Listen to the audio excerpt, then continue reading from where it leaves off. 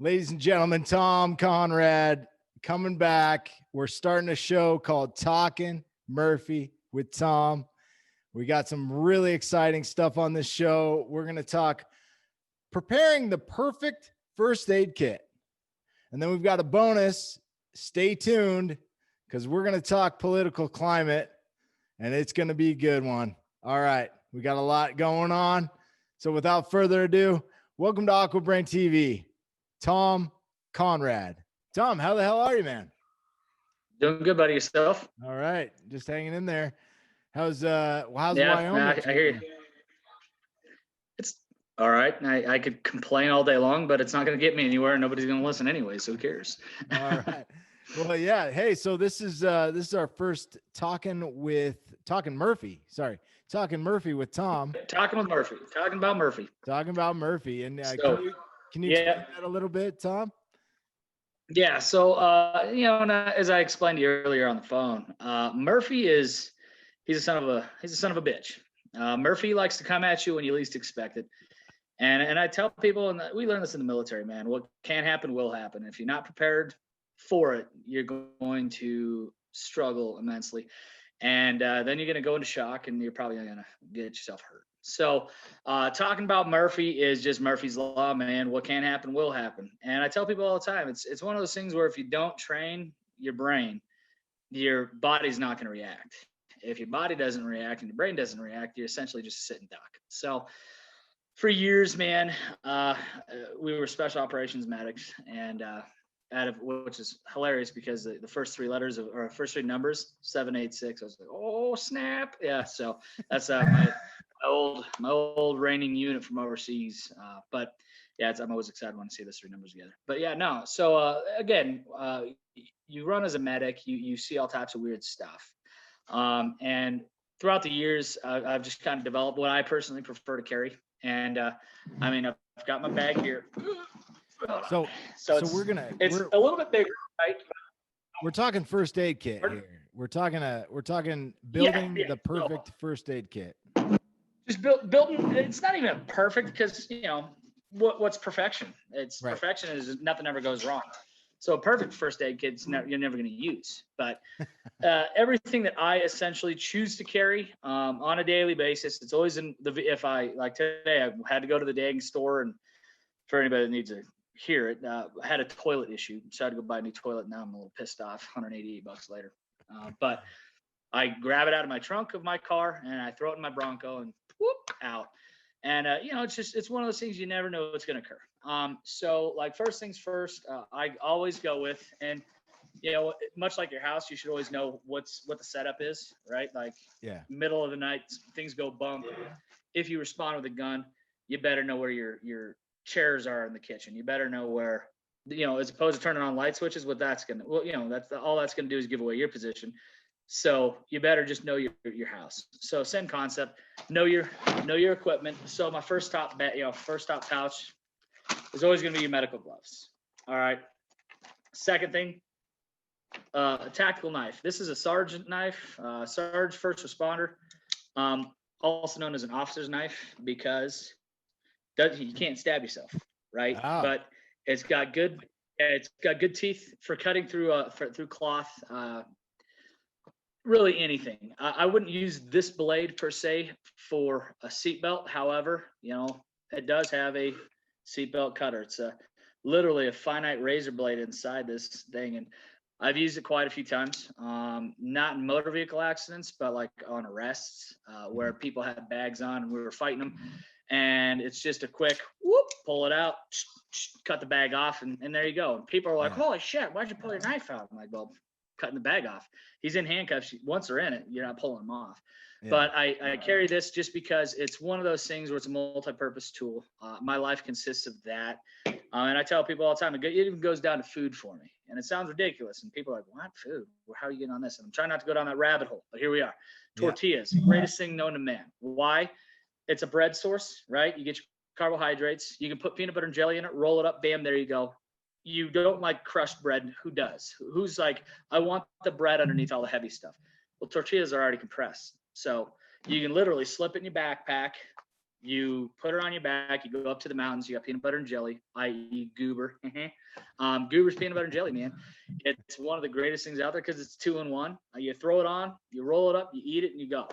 So I like, I don't like complexity in my life. I like being very simplistic. So yeah, this knife does everything that I need, and it's got a window punch. So you're not hurting your knuckles. You just hit it and windows out, and there you go. So we'll try to get a link for the description. Tom, maybe we can we'll connect on the back end of this thing and maybe get absolutely a link and some of these items. Send you the information out. So you're making your way to the scene, and something kicks off, and you're like, oh Jesus, dude, like what do we do? So obviously something bad's happened. We got to get to the bottom of it. What's occurred? So I was essentially a paramedic in combat triage. So I carry also stethoscope and used it. God, dude, it was on an aircraft when I was coming back with the boys from Idaho last year. So again, it was one of those things where I sat there and I'm like, you know what? I'm so glad I had it because a lady was having an allergic reaction on an aircraft. Long story short, I took care of her, contacted my brother who happens to fly for a good company, and they were like, divert in. And so there was already a medical emergency at Denver International. We get up to we're cutting in front of like 150 aircraft, and I'm like, man, it's going to be like 3 hours when we stuck on time. I'm like, well, because that lady had an allergic reaction and I was working on her, I gave them a certain code, and it got us immediate entry to the airport. So we got her first aid. So, but yeah. So again, we got the gloves, right? Got the knife, and then shears. Just standard cutting shears, medical trauma shears for cutting off clothes because the best patient is going to be a naked patient. I've told girls that, like, hey man, like, FYI, I'm cutting shirt. And if I got to cut blouse, I'm cutting blouse. If I got to cut the bra off because, say she's incapacitated and I got to do CPR, you're going to expose everything because you don't want anything to hinder compressions. Yeah. So we got that. Go back to my main pouch. Then the small stupid stuff. And again, it's one of those things where anything that can happen will happen. You get in a car accident, vehicle flips, or you roll up on the scene and somebody has a vehicle upside down, they're trapped in the vehicle. You bust the window out. You got your gloves on. All right, you're cutting. You get them out. And what do all vehicles have? Fluids. You got fuel. You got antifreeze. You've got battery. Acid. You've got all types of different stuff. So the next thing, eye wash. Swift eye wash is what I use. Have I had to use it on anybody overseas? Yes. Here, no. But again, one of those stupid, simple things where you want to at least make sure that you got some type of stuff. Calamine lotion, skin protectant for burns, things like that. Just a decent thing to have. Had a situation where I was up in the mountains and a gentleman and his wife were walking and she fell, hurt herself. And I'm like, oh, geez. I'm like, hey, you got a first aid kit? He's like, I don't have anything. And I'm like, my God. So she's got, small lacerations on her arm. And I sat there and I'm like, what kind of idiots go to the mountains and they're not prepared for anything? So, I mean, you can do anything. Band-Aids, right? Like you buy a box from Costco or Sam's Club and you spend $20, you get 6,000. Well, who really goes to that many? So I just pull out a box, I throw it in here, and then I just kind of forget about it. So again, one of those stupid little things.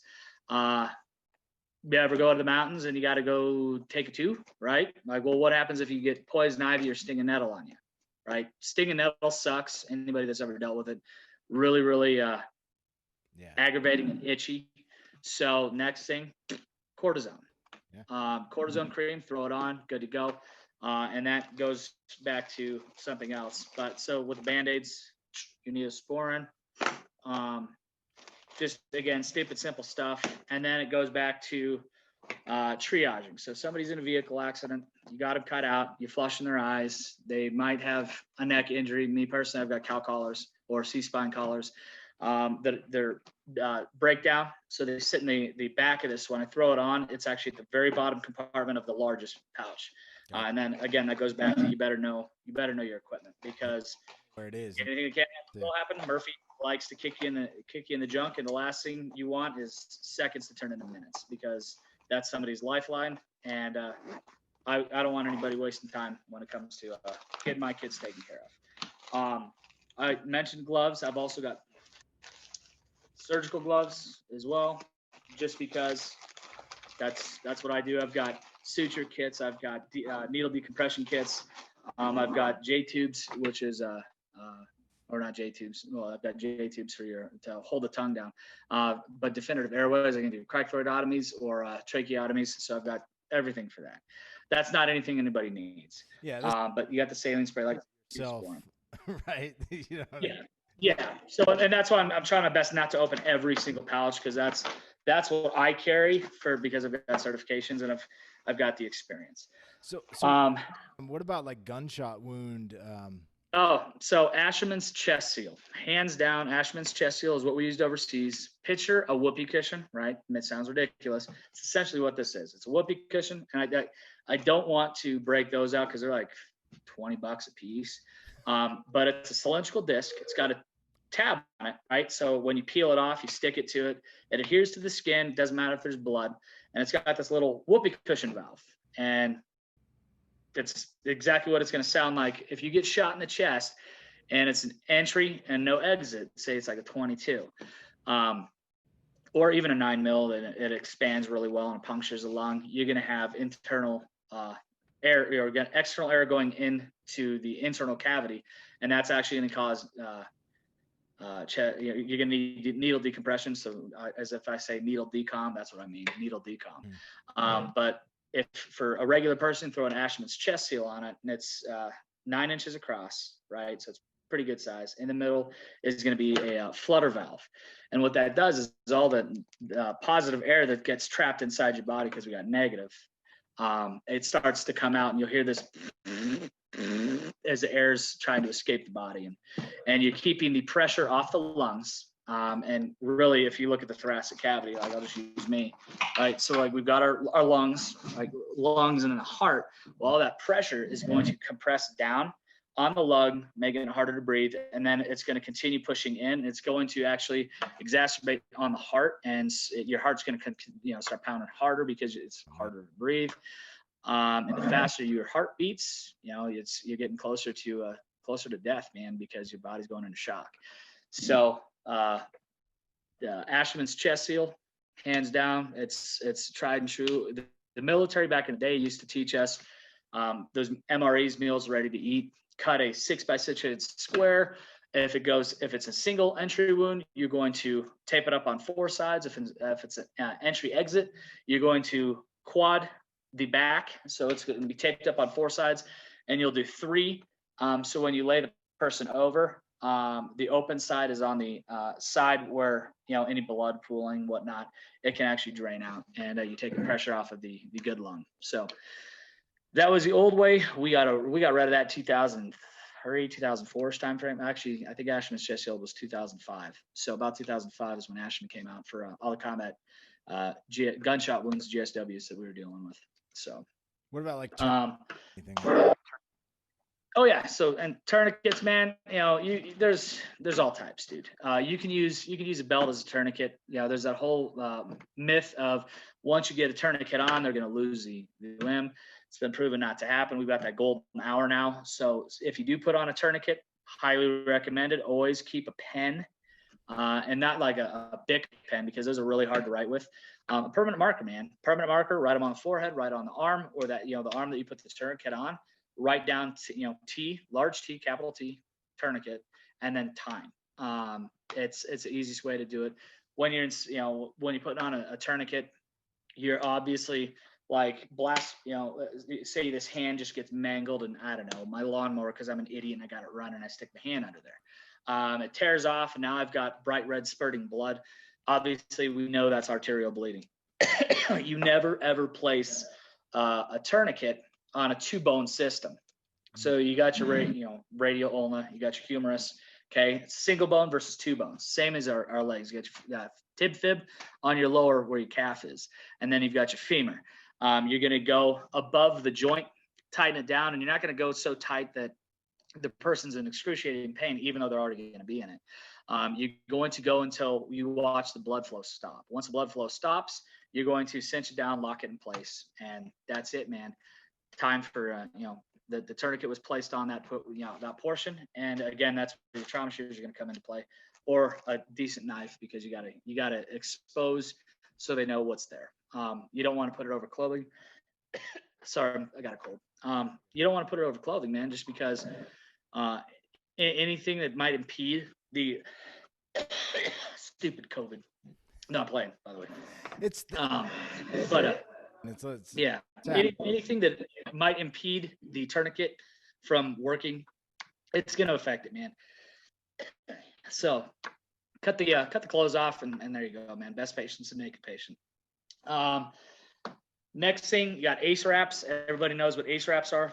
I'm not going to dwell into that. That's like sprains, splints, things like that. Yeah. I do use this all the time for my kids. Hold on. It's called an Israeli bandage. Israel did not make these. I don't know why they call it an Israeli bandage, but they do. So it's compression gauze that if you've got somebody, and I dealt with a active suicide where lady was run on the river, and I was first on scene, reaching my bag, pulled out my Israeli bandage, threw the quick clot on, which is going to cause burning. And really, it's a stupid contraption. And I say it's stupid because it's KISS. Keep it stupid simple. So you got these two teeth, right? And I train with this with my boys. So God forbid something happens to me, they know how to open it and apply it. So you've got a 6x4 inch pad, right? And as you can see, it's fairly thick. And all that's for is that goes directly on the wound, right? So using it on one person, it's not impossible. It might be a little bit of a pain in the ass, but then you've got these beveled teeth, right? You can kind of see the teeth right here. Yeah, that's good right there. And what's going to happen is you're just going to cinch that in, and then you're going to run your gauze through it, right? So I've got an injury. I'm going to clamp down, and I'm just going to start wrapping this thing, and it's going to wrap and wrap and wrap.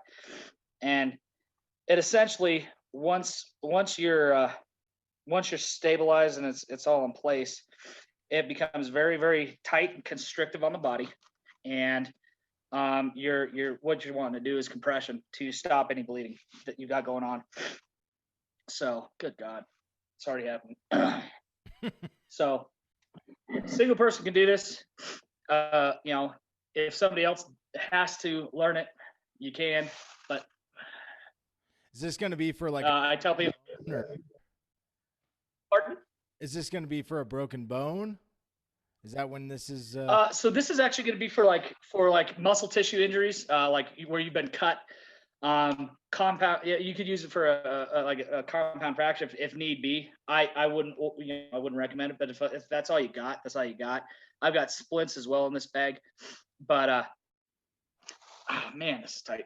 So once you get to the end of it, yeah, all you got to do is slide your teeth in, lock it into place, and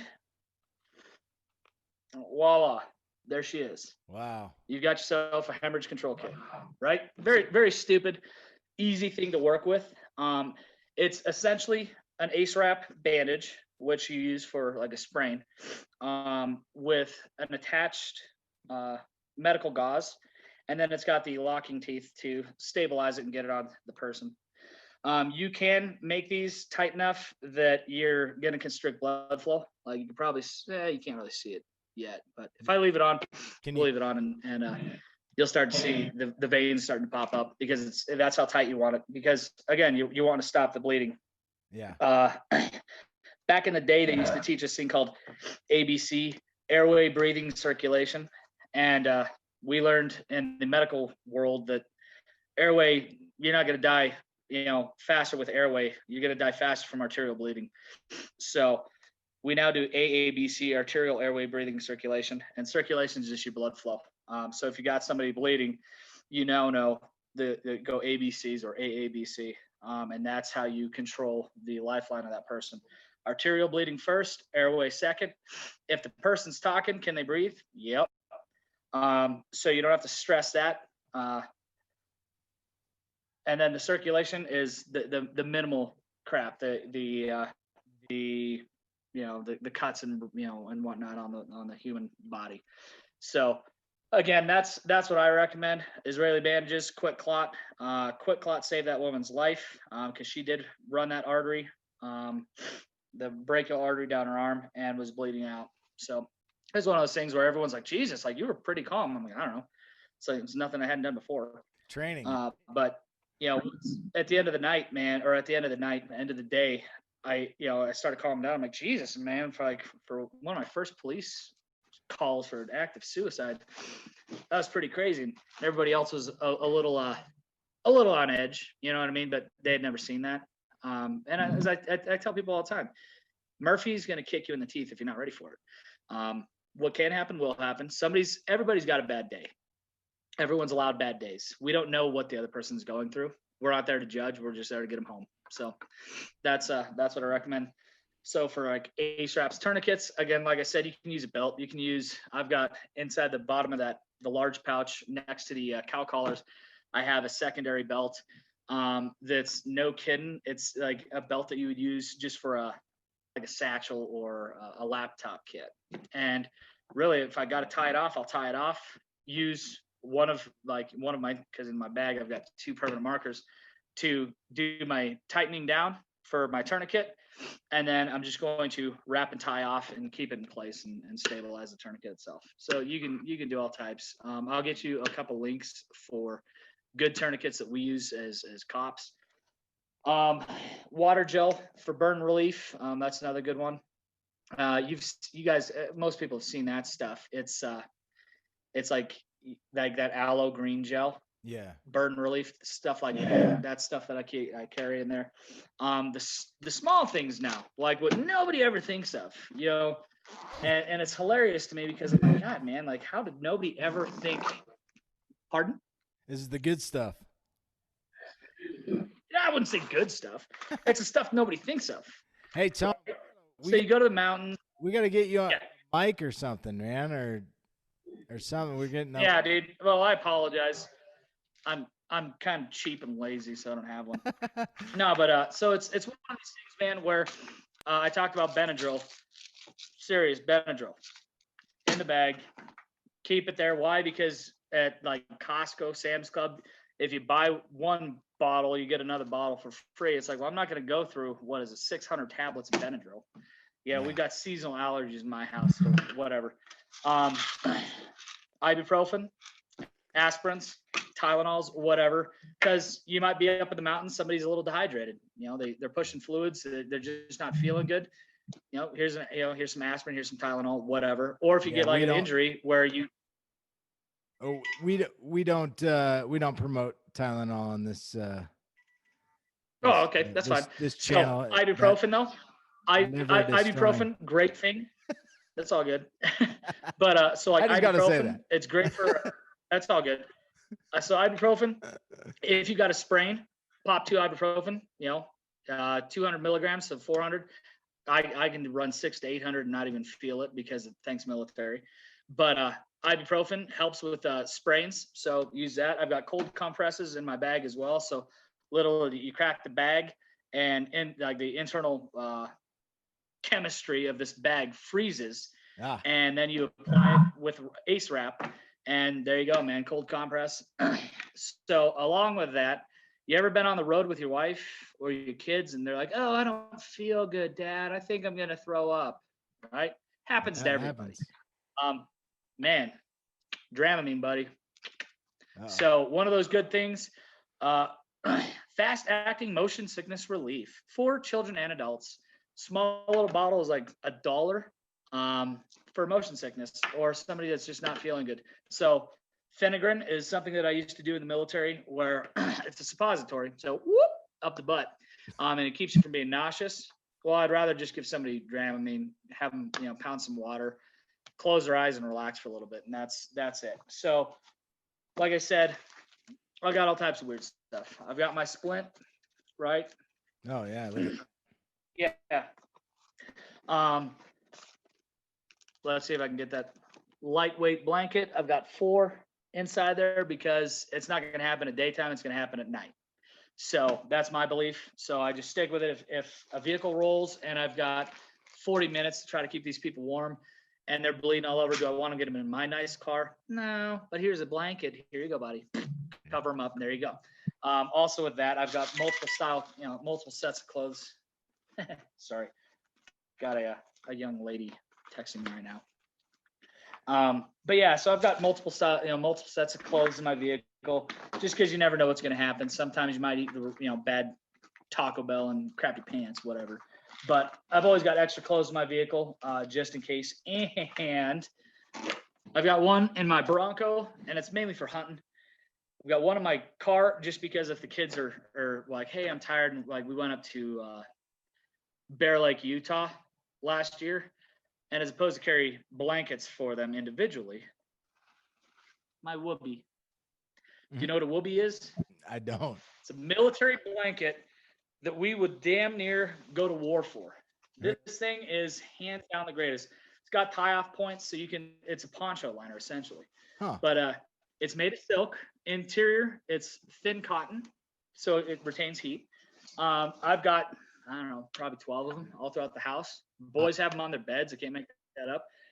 But a military whoopee, dude, really, really nice to have. So that's one of my all-time go-to things. So again, if you want a decent medical bag for just whatever might happen, highly recommended medical gloves, because if you're not safe, they're not safe. Trauma shears, Neosporin, because everybody's going to have cuts at some point in time. And you want an antiseptic so they're not getting infected. Saline spray for the eyes, because when those, anybody that's been in a vehicle accident before, when that airbag deploys, there is a nauseous smell that comes out of it. And have you ever smelled it before? It smells almost like sulfur. It smells like crap. Yeah. So it's got a noticeable smell. But it's a finite powder that might come out. So if they get that in their eye, you can spray it down. So get some saline spray. Wipes, antibacterial. You can use anything, honestly. I mean, I'm not going to worry too much if somebody doesn't have like really nice, hand sanitizer type crap. I don't care. If you have baby wipes, dude, baby wipes work. I've got those on the backside of the computer. Ace wraps, 4 to 5 inch, 4 inch by 5 foot ace wraps is what I recommend, because you can wrap a foot with that. You can also, maybe on the next video I'll show you how for blast amputations, like if somebody loses a hand, you can actually compress down with Curlix, which is another good thing to have as well. Sorry, I didn't bring that one up. Curlix is just gauze. So it comes in like a bundle. You pull it out, you compress it down, and then you start wrapping this bandage in. We used to, when we were not drunk, but inebriated, in the military, we'd make boxing gloves, and we'd wrap ourselves up, and then we'd have somebody wrap our other hand, and then we'd fight. And, it was enough that your hand goes numb after about 60 seconds. So you can stop. You don't have to use tourniquets. Now, I always recommend, if there's arterial bleeding, just do it. If it's oozing blood, which is just veins, you can do an ace wrap compression bandage with Curlix gauze, and you can stop that real quick. But ace wrap, 5 foot by 4 inch, that's what I recommend. Band-aids, because never hurts to have. Speaking of which, Band-aids, you got a wife, anybody else listening? Tampons and maxi pads. Listen to me. Tampons, good for gunshot wounds. Okay. It's meant to stop bleeding, right? Makes sense. Yeah. Maxi pads. Everyone's kind of like, oh, what the hell? Well, my buddy Chad burnt his leg up in British Columbia on his, I think it was a CR250 that he was riding, on the exhaust. Really bad. My mom's like, don't worry about it. We got some burn ointment, put it on, put a maxi pad on his leg, ace wrapped it up, because what's a maxi pad for? Right. Stop bleeding, right? And it's sterile. So it's all there. You might as well just use it. So if you got it, if you got a wife or whatever, just grab a couple of those, and you never know. Go in there. I'll go in there and take a couple, and they won't notice. Yeah, exactly. So Band-aids, tampons, maxi pads, good things to have, and a water gel burn relief. So that's what I carry essentially. And then more stuff. But for anybody else, that's pretty much what you might want to just carry as a daily, man. So I'll break out 2 stories that are rather humorous that occurred. So there was that one airline one. Lady's having an allergic reaction, got her Benadryl, crushed it up, put it in water, shook it, had her drink it. And within about 2 minutes, she was better.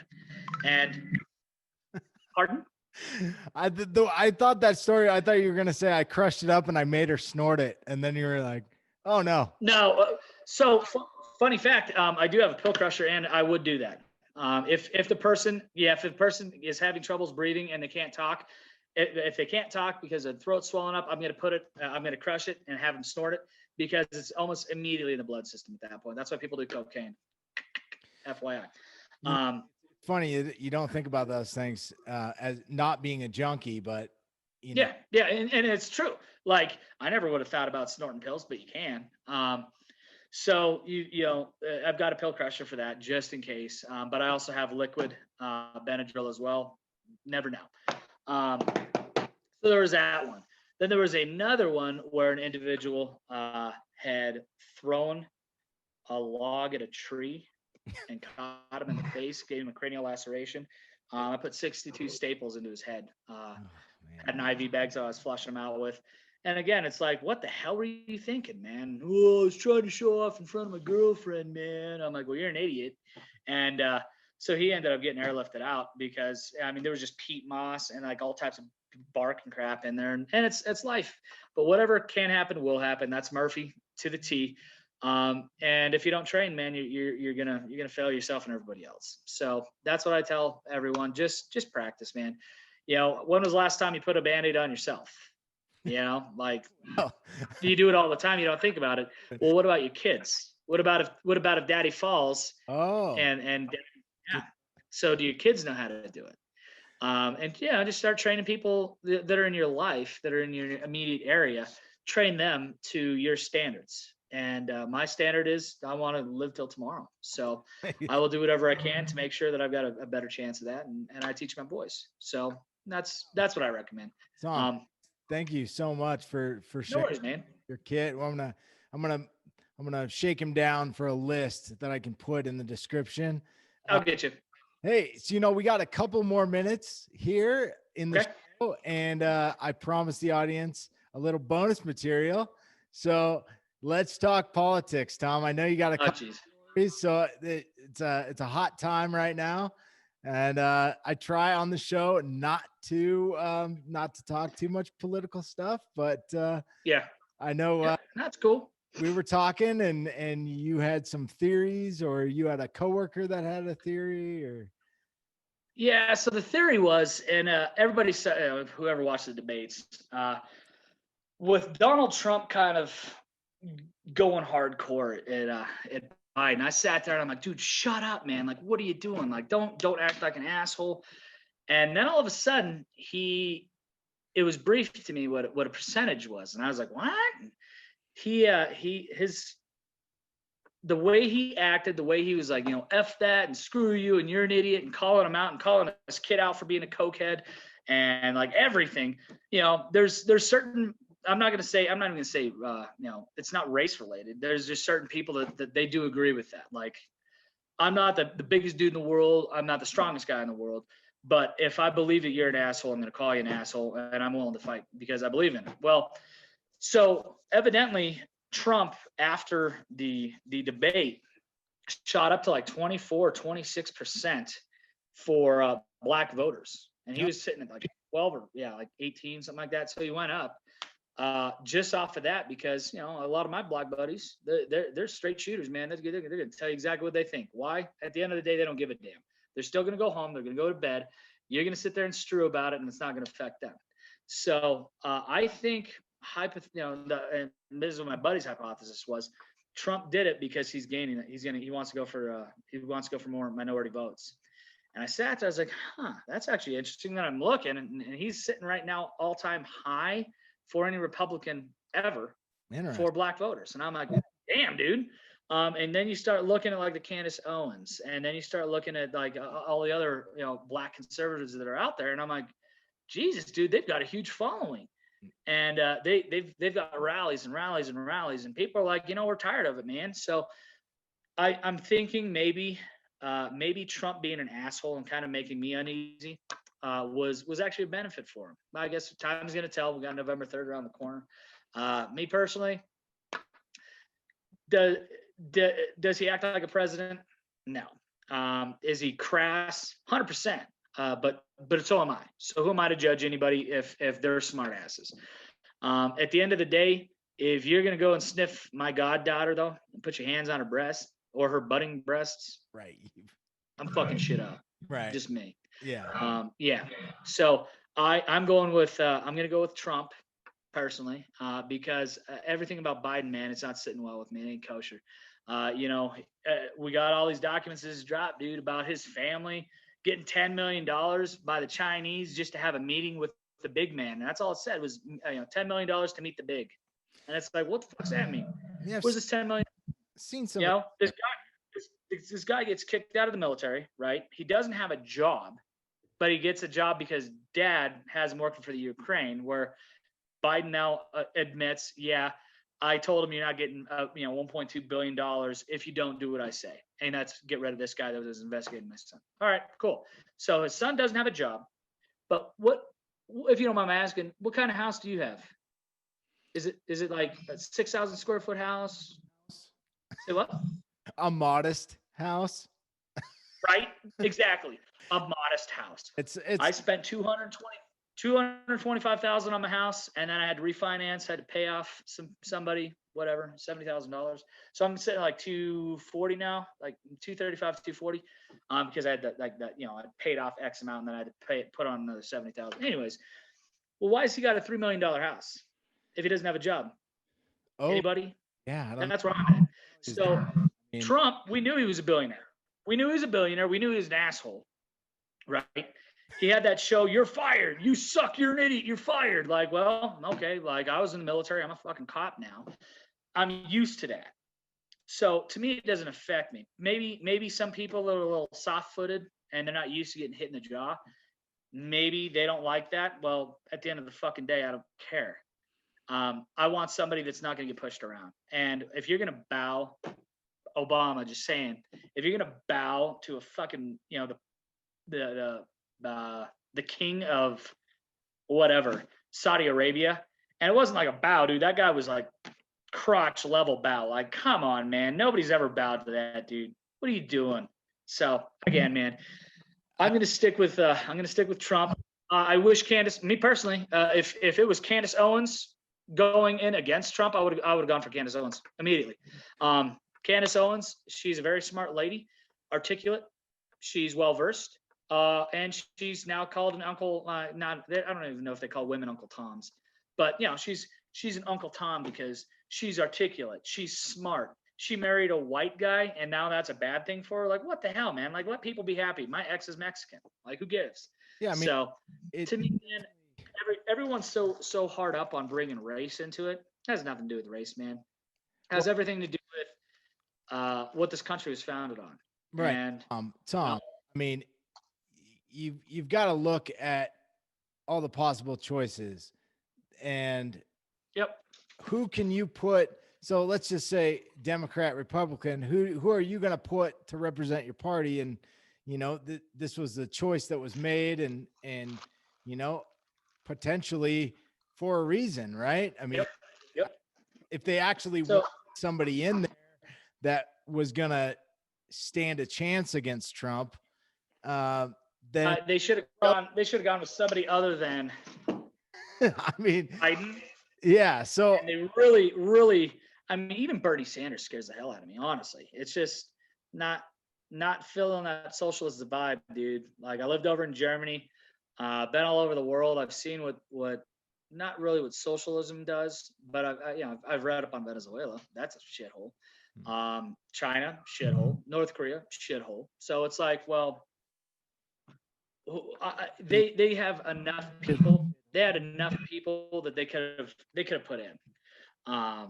And really, if you're a Democrat and you're watching this and you're upset, well, not my issue. Ultimately, at the end of the day, you guys voted for Biden. Your notifications, because there's more of this coming. Yeah. So again, man, it's one of those things where it's like, dude, come on. The guy sniffs kids. He's got a fucking jackwagon of a son. The guy's he's already been proven a liar, Biden. On his first time when he ran was like 1988. Then he had to drop out because he lied about a bunch of stuff about like, oh, I was second in my class. You were like 93rd, dude, out of 100. Like, no, that's not good. Like, you weren't top 5%. You were low bottom 98th percentile of the class. So it's like, okay, piss up a rope. And then all of a sudden, you got a kid that's got a $3 million house. He doesn't have a job. Where'd the money go? How'd he pay for it? His daddy didn't buy it for him. So who did? Then it's like, my son never had sex with a prostitute. Okay. She wasn't a prostitute. She was a stripper, right? Yeah. And then he says, well, there's no proof. Well, fine. We want a blood draw. No, we're not going to give it. Why not? Like, me personally, if a girl says, you impregnated me, I'm going to say, here you go. Skeet, skeet, in. And I'm gonna download, be like, proven wrong. Why? Vasectomy, people. Smart. Well, this was awesome. We just opened this the bonus. Boom! We open the floodgates here at yeah. So, but again, man, do I think Trump is the perfect, eloquent president? No. He's an ass. He stands up though for what America needs, not what a few people want. And at the end of the day, man, do I think we could have done better? Yeah. But I've given two options. Now, if I could put Tom Conrad on the ballot and get the votes, I would, dude. Like, but people aren't gonna like what I do. I'm just being straight up honest. Like, if you're cartel members, dude, and you're doing illegal actions, I'm putting you in a catapult and shooting you against brick walls, dude. Like, you're gone. Yeah, like that's it. Tom Conrad for president. Just like, because that would be kind of interesting to see. Yeah. So we got a couple more minutes, man. We're taking taking it to the limit. All right. So I've got an interview lined up with a guy that's has done a crazy investigation on the coronavirus and all this stuff. And so oh God, coming up is going to be amazing. But sweet.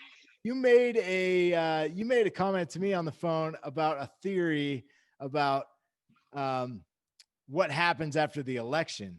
Do you remember? Yeah. If Biden and them win, man, if Biden wins, right, Corona's going to be gone because the country is going to still be, down and outs, and he wants to raise it up so he can say, look what I did. So Corona will disappear, and it's not going to be a big deal. If Trump wins, there's going to be massive pandemonium. Which is already there. There's going to be riots already there. Cities are going to burn already there, and Corona's going to be there already there. So it's like, well, if Biden wins, Corona's going to disappear. It's guaranteed. I unequivocally, it's going to disappear. Do I believe in coronavirus? Yes. Do I believe it's killed everybody? Like all 220,000? No. You have underlying issues, man. If I'm a 400-pound guy, obviously I'm going to have a lot of weight on my chest anyway, so it's hard to breathe.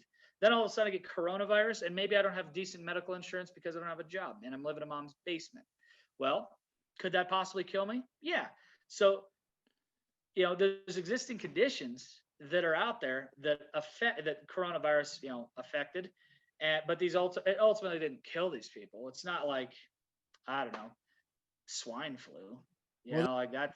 Yeah, there's a lot going on with gain of function research and all sorts of stuff. So that show is coming up, and I'm really excited about that. Tom, let me know when it drops because I want to watch that. Yeah, definitely, for sure. Please. Let's do this again. So absolutely, we are talking Murphy with Tom. Murphy's Law. I like it. What can't happen will happen, people. Train. Get you a mic or something. We got to. Yep. I'll see what I can find on Amazon. But a guy named Tim Kennedy says H2K. What's that? Hard to kill. If you're not training today, somebody else is, man. Yeah. Get yourself ready because it's coming. Please like, comment, and subscribe. Hit that bell so you know when we put new videos out. Follow us on Instagram and Twitter at Brain Aqua. This has been AquaBrainTV. Remember to keep your head up and keep those knees bent.